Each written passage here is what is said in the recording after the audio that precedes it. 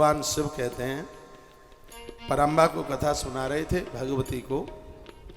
अहे देवी, जब अन्यायियों का, अत्याचारियों का बहुत ज़्यादा को प्रभाव बढ़ रहा था, वो दमन कर रहे थे, उस समय देवता मेरे पास आए और मैं देवताओं को आश्वासन दे रहा था, चिंता मत करो, भगवान सब ठीक कर देंगे। तो उसी समय विधाता ब्रह्मा जी ने कहा, चलो भगवान के पास चलते हैं, क्षीर सागर चलते हैं। तो मैंने उस समय देवताओं को एक बात कही, मैंने कहा भगवान तो सर्वत्र व्यापक हैं, क्यों नहीं यहीं स्तुति कर दी जाए तो यहीं प्रकट हो जाएंगे। ये बात मैंने कही।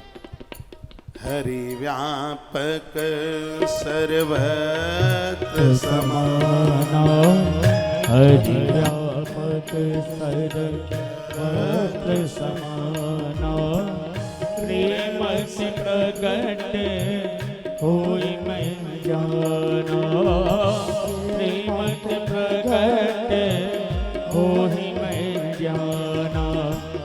हरि व्यापक सर्वत्र समाना, हरि व्यापक सर्वत्र समाना, प्रेम से प्रगट होई मैं जाना, प्रेम से प्रगट होई मैं जाना।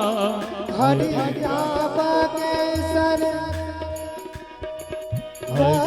समाना, प्रेम से प्रगट होई मैं जाना, प्रेम से प्रगट होई मैं जाना। हे जगदम्बा पार्वती, जब मैंने ये बात कही कि भगवान सर्वत्र हैं, जैसे लकड़ी में आगी है और मेहंदी में लालिमा है, दूध में मक्खन है, उसी प्रकार से सृष्टि के कण कण में भगवान व्यापक है। एक बार उसकी स्तुति करो, वो प्रकट हो जाएगा। और जब मैंने इतना कहा तो मेरी बात ब्रह्मा को, ब्रंची को बड़ी अच्छी लगी। भोलेनाथ कहते हैं, एक दो उन्होंने कहा, सुने विरंच मन हर्ष तन पुलक नयन बह नीर। देवताओं की आंख में आंसू आ गए मेरी बात ये सुन करके। और भगवान तब ही प्रकट होते हैं जब आंखें उसके लिए रो पड़ती हैं। हम 4 घंटा पूजा में बैठते हैं, उसका महत्व तो नहीं है, पूजा में बैठकर हमारी आंख में नीर आ जाए, हम कहें प्रभु तेरी कितनी बड़ी कृपा, आज तेरी कृपा से हमने आज सुबह फिर 8 का सूर फिर देखी। नहीं तो रात को बहुत लोग सोए थे, आधी रात्रि को कोई अस्पताल गया, किसी का अटैक पड़ गया, किसी का एक्सीडेंट हो गया, वो दुनिया छोड़ करके चले गए, बिना मौत के मर गए। वो सच में हम और आप इतने बड़भागी हैं, इतना भाग्यशाली हैं, रोज का सुबह देखते हैं पाँव में कांटा भी नहीं लगता उसकी कृपा से। ये उसकी कितनी बड़ी कृपा है, उसकी कृपा का अनुभव कीजिए। ये उसकी कृपा है गोलियां नहीं खाई जा रही हैं, ये उसकी कृपा है अस्पताल नहीं जाया जा रहा है, ये उसकी कृपा है कि उसकी कृपा से हर रोज प्रातः का सूर्य हम देख लेते हैं। तो उसकी कृपा है।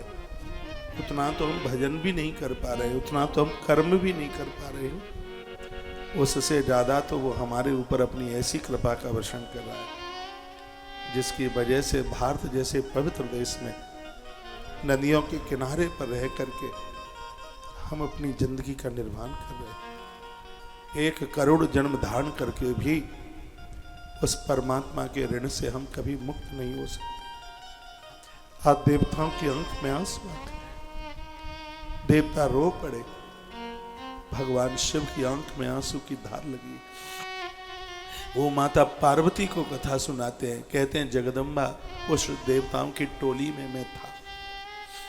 जब मैंने कहा कि भगवान तो बहुत सरल हैं, सहज हैं, बहुत दयालु हैं, यहीं उनकी स्तुति करना शुरू कर दो, मुझे विश्वास है कि वो यहीं प्रकट हो जाएंगे। तो जैसे ही मैंने इतना कहा तो महादेव रो पड़े, महादेव की आंख में आंसू आए तो शीघ्र देवता बिलक पड़े, सबकी आंख में नीर बहने लगा।